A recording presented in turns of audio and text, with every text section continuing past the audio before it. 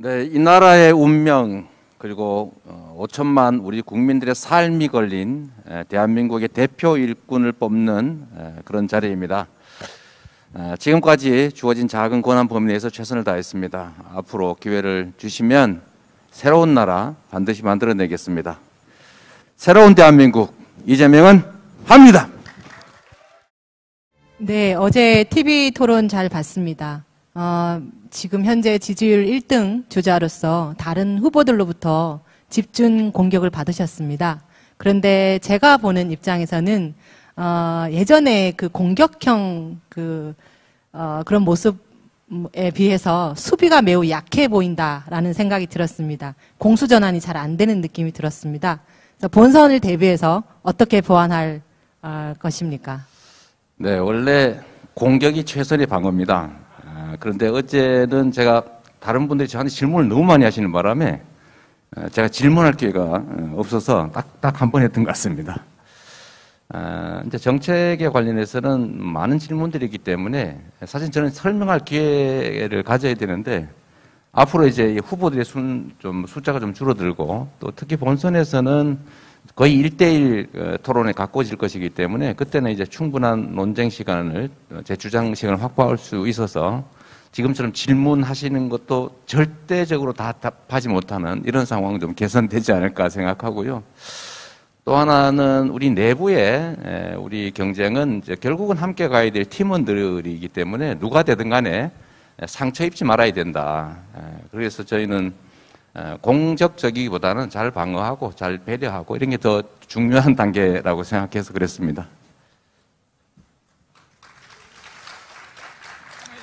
예, 후보님께서는 기본소득을 주장하고 계십니다. 단계적 실시를 주장하시면서 재원 확보 방안으로 우선 세출 구조 조정을 말씀하고 계십니다. 구체적으로 어느 항목의 세금 지출을 줄이시겠습니까? 의원님께서, 면접관님께서 잘 아시겠지만, 이제, 대한민국 국가 재정은 물가 상승률 이상으로 계속 늘어나고 있습니다. 그리고 이제, 2월 예산도 상당한 규모이고, 특히 보통은 경직성 예산은 줄일 수 없다 이렇게 생각하는데, 우리가 많이 본 것처럼, USB 한 개, 10,000원씩 한다든지, 또 쓰레기통 한 개, 엄청나게 비싸게 팔리는 이런 재정 낭비, 예산 낭비나 부정부패 요소를 좀 줄이면 고정경비에서도 상당 정도 줄일 수가 있고 그래서 이걸 예를 들면 1년에 바로 25조 원을 확보하겠다는 게 아니고 그것도 순차적으로 예를 들면 연 1회 25만 원, 가구당 100만 원 정도 또 그 다음 해에는 연 2회, 가구당 연 200만 원 이런 정도 순차로 늘려가겠다는 것이고요.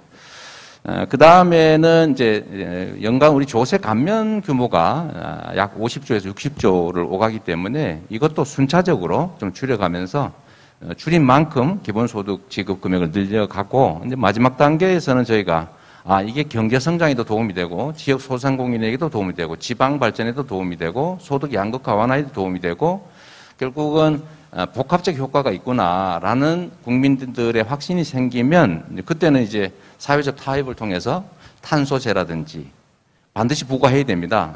에너지 대전환에 대비하려면 또는 데이터세 또는 인공지능 로봇세라든지 또는 지금 가장 문제가 되고 있는 토지 보유에 따른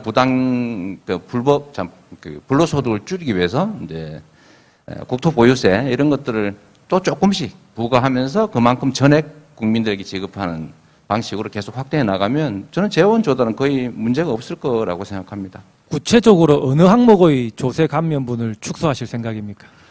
조세 감면은 지금 50조, 60조 항목이 아주 다양합니다. 기초공제부터 죄송합니다. 이거 감사합니다. 이낙연 후보님 이거 뽑고 하라고. 네네.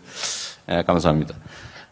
지금 이제 그 항목들이 아주 다양합니다. 예를 들면 카드 사용하면 공제해 준다든지 R&D 개발 예산에 대해서 감액해 준다든지 투자 공제도 있고 온갖 항목들이 있는데 그걸 지금 일정하게 특정 항목이 얼마 이렇게 정하기 매우 어렵고 이것은 규모가 워낙 한 60조 가까이 되기 때문에 순차적으로 줄여 나가면 충분히 가능합니다.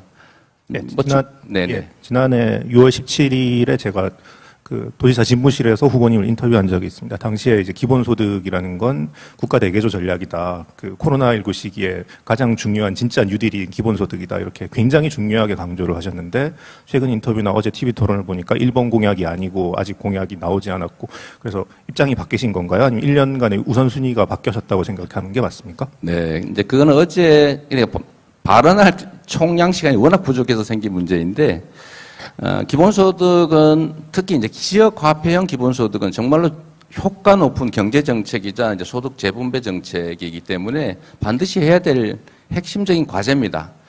제가 말씀드린 것은 왜 1번이냐?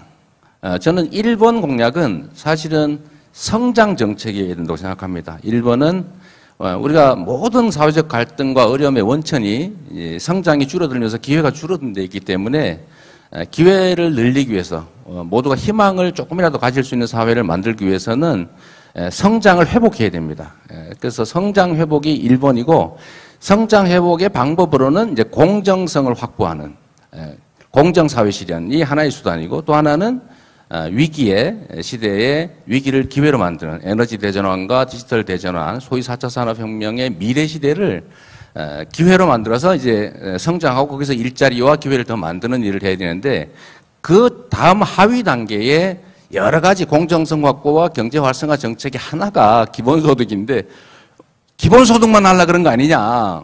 1번 기본소득이지 이렇게 얘기를 하니까 제가 그건 아니고 그 순위가 좀 뒤로 밀릴 수 있는 것이다 라고 말씀드린 겁니다. 당연히 해야 될 중요 핵심 과제 중에 하나고요. 예, 추가로 순차적으로 꼭 할 겁니다. 예, 추가로 하나 더 여쭤보겠습니다. 지난해 재난지원금 효과를 둘러싸고 네. 이제 보편지급과 선별지급 논란이 있었는데 당시에 국책연구기관이 보편지급이 그렇게 효과적이지 않다, 선별이 낮다는 결과를 내니까 지사님께서 직접 이제 국책연구기관을 비판하신 적이 네. 있었고요. 최근에는 또 노벨상 수상자들이 기본소득에 대해서 어떤 의견을 가졌느냐를 가지고 여야 공방이 있었던 적이 있었고 제가 원문을 확인해 보니 예, 지사님이 그 의도를 정확하게 전달했다고는 생각은 안 들었습니다. 이 지금 질문의 핵심은 전문가들의 의견과 본인의 정치 노선이 어긋날 때 이 문제를 이재명이 전문가들의 의견을 존중하면서 잘 다룰 수 있는 사람이냐 이런 의구심을 가진 국민들이 있습니다. 네. 전문적 식견을 가진 분들의 의견은 당연히 중요하게 참고해야 됩니다.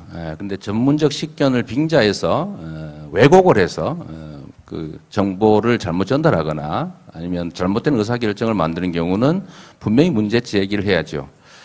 지금 말씀하신 부분은 KDI 연구 결과가 아니고 조세재정연구원의 지역화폐 효과에 관한 것이었는데 이 지역화폐는 지역 간 소비를 이동하지 못하게 하는 효과도 있지만 이건 아주 부수적인 것이고 대기업의 유통재벌들의 매출을 동네 골목 상권의 소상공인에게 옮긴 겁니다. 그러니까 수평 이동 효과는 별로 중요하지 않고 수직 이동 효과가 중요한데 그 조세재정연구원은 이 수직 이동 부분을 완전히 무시하고 결국은 전국이 똑같이 지역화폐를 사용하면은 똑같아지지 않냐, 낭비다 이런 결론을 냈는데 제가 판단하기로는 이게 유통 대기업들의 매출이 줄어드는 반사 효과가 있기 때문에 결국 유통 재벌 대기업들의 매출을 보호해주기 위해서 소상공인들의 혜택이나 경제 활성화 효과를 폄훼한 거라는 판단이 들어서 제가 좀 심하게 말씀드렸고요. 제가 그때는 사실은 약간의 이제 전략적 목표 때문에 제가 살점이 좀 떨어질 걸 각오하고 그렇게 했는데 앞으로야 뭐 그럴 일이 없으면 좋겠고 또 자중하도록 하겠습니다. 네, 그 재난지원금 관련해서 어떤 기재부의 반발에 의해 가지고 국민들이 원하는 방향으로 가지 못하고 있다라는 그런 평가도 네. 있습니다. 그리고 이번 정부를 들어서 어떤 개혁 과제가 관료들의 어떤 저항 혹은 경로 의존성 때문에 막힌 듯한 느낌이 있다. 그런 평가도 있습니다. 공무원 사회를 상대로 어떻게 리더십을 발휘하실 계획입니까? 공무원 사회, 즉 관료 사회는 엄청난 힘과 예산을 가지고 있는 정말 로봇 태권브이 같은 존재고 이 로봇 태권브이를 움직이는 것은 사실은 조정관이 들어있는 조종사입니다. 결국 인사와 징계권을 가지고 자기 의지를 관철하는데 목표를 정확하게 제시하고 검토해 보세요가 아니라 이렇게 하도록 검토해 보세요라고 목표를 제시하고 권한을 맡기고 평가를 철저하게 하고 신상빌보를 분명하게 하면 사실은 다 시키는 대로 잘 합니다. 결국은 지휘관의 몫이라고 생각하고요. 관료는 대체로 4가지를 합니다. 첫째, 예, 법에 그 하라고 정도 되어 있는 저희가 거. 답변을 좀 듣도록 하겠습니다. 네. 후보님. 우리 민주당 후보 중 유독 형수 욕설 논란, 여배우 스캔들 등 사생활에 관한 논란이 많습니다. 이 부분은 어떻게 생각하십니까? 여배우 뭐 그 얘기는 더 안 하셔도 제가 얼마나 더 증명을 더 해야 될지 모르겠어서 그냥 이 정도로 그만하면 좋겠고요. 형수 욕설 문제는 뭐 여러 가지 사정이 있긴 하지만 제 인격의 부족이 분명히 있기 때문에 제가 사과드립니다. 네, 여기까지 진행을 하겠습니다. 네, 자리를 자료해 주시면 고맙겠습니다. 다시 한번 여러분의 뜨거운 박수 부탁드리겠습니다. 10분간 고생하셨습니다. 네. 네, 우리 이제 후보들보다 오히려 더 많은 에너지를 쏟았을 게 분명한 우리 면접관 여러분들 정말 고생하셨습니다.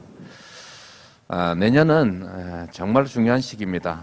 보통 국가가 성립이 되면 한 100년 정도 준비를 해서 한 200~300년 융성하다가 이제 공정성이 훼손이 되면 다시 이제 망합니다. 우리 국가는 안타깝게도 친일 세력을 청산하지 못하고 불완전하게 출발했고 그 이후에 정말로 많은 국민들의 피땀으로 오늘 이 자리까지 와 있습니다. 내년이 변곡점인 것 같습니다. 이 변곡점에서 우리 민주당 4기 정부 반드시 만들어내고 지금까지의 개혁과 혁신의 성과를 이어서 모든 국민들이 희망을 갖는 그런 나라 꼭 만들었으면 좋겠습니다. 감사합니다. 네, 말씀 감사합니다.